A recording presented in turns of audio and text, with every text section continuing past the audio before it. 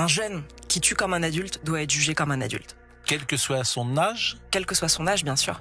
Quelqu'un qui tue comme un adulte doit être jugé comme un adulte. Quand on voit ces faits, ce serait inadmissible d'imaginer que ces deux jeunes hommes, dont d'ailleurs je pense qu'on n'a toujours pas l'identité, ce qui est étonnant parce que dans d'autres cas, on nous donne tout de suite les identités, mais on les aura bientôt, je pense. J'espère que ces deux jeunes hommes qui ont assassiné Elias prendront de la perpétuité. Et qu'on se dira pas que parce qu'ils sont mineurs, le droit à une deuxième chance, à la réinsertion ou je sais pas quoi, ils méritent absolument d'être mis hors d'état de nuire. Si à 16 et 17 ans, ils sont capables de faire ça, imaginez quel sera leur pédigré à 22 ans, à 25 ans, à 30 ans, si on les a laissés dans la nature. Je pense que la chose qui est efficace, et il faut pas se désespérer sur ça, c'est de mettre les individus qui sont dangereux quand ils sont dans nos rues en prison.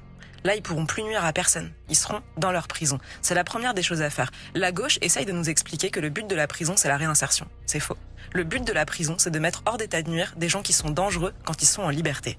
Donc, les deux assassins du jeune Elias, ils doivent être en prison pour le restant de leur jour. Il n'y a pas d'autre solution. Si vous voulez que la société soit protégée, il faut que ces individus soient mis hors d'état de nuire. Et moi, je me soucie beaucoup plus de la paix dans la société que du bien-être de deux jeunes assassins qui ont réussi à assassiner alors qu'ils n'avaient que 16 et 17 ans.